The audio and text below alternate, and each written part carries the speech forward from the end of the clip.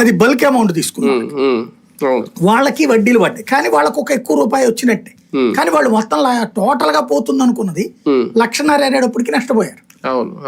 మీకు కేసీఆర్ అట్లా ఇస్తానని చెప్పి చివర్లో వేసాడు, అతనికి దెబ్బతిన్నాడు. అక్కడ చివర్లో అయింది, అతను పూర్తిగా చేయకపోవడం. విజయ్ మాత్రం ఆ విషయంలో మెచ్చుకోవాల్సింది ఏంటంటే ఇమ్మీడియట్ గా చేస్తున్నాడు. 50,000 కానీ చెప్పింది అందరికి మొత్తం 50,000 ఇచ్చి మిగతాది ఇప్పుడు బాబు గారి పాలసీనే పెట్టాడు. కాకపోతే బాబు గారు చివరిలో చేశాడు, అతను ఇప్పుడే మొదటే చేస్తున్నాడు.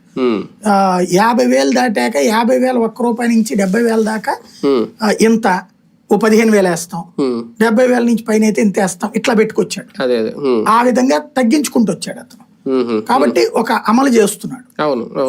రేపు బస్సులు ఇక్కడ కూడా బాబు గారు అందే చెప్పిందే నిరూపించాడు. బస్సులు వాళ్ళు కూడా చేస్తారు బస్సులు, కర్ణాటక, పశ్చిమ బెంగాల్ ఇక్కడ అంతా. ఇక 1,500 రూపాయలు ఇస్తాడా లేదా, ఇది 2,500 అక్కడ ఇచ్చింది. అది చూడాలి, ఎందుకంటే ఇతని టైంలోనే బిగిన్ అయిపోయింది. ఎవరు స్టాలిన్ టైంలోనే 1000 ఇచ్చేవాడు. మన స్టాలిన్ చెప్పింది అదే, నీ వల్ల కాదు కానీ 2,500 ఇవ్వడం, 1000 బిగిన్ కంటిన్యూ చెయ్యి అని చెప్పాడు. అదే కదా, అది చేస్తాడో లేదో చూడాలి. కానీ ఒకటి సార్, రేపొద్దున్న ఆంధ్రప్రదేశ్ లో కూడా రుణమాఫీ అనే కాన్సెప్ట్ మళ్ళీ తెర మీదకి తీసుకురావాల్సిన పరిస్థితి అన్న వస్తుందా? ఎందుకంటే ఇంతకు ముందు డ్వాక్రా రుణాలు ఇది కూడా మాఫీ అవుతాయని చాలా మంది ఆశలు పెట్టుకున్నారు. జగన్ కూడా ప్రకటన చేస్తారేమో అనుకున్నారు, కానీ చేశాడు. ఇప్పుడు 2024లో ఆ ప్రకటన చేస్తారేమో అనుకున్నారు. అలాంటి హామీ ఆయన ఇవ్వలేదు, ఎందుకంటే ఇవే కష్టం అని ఏదో లెక్క తీసుకొచ్చారు.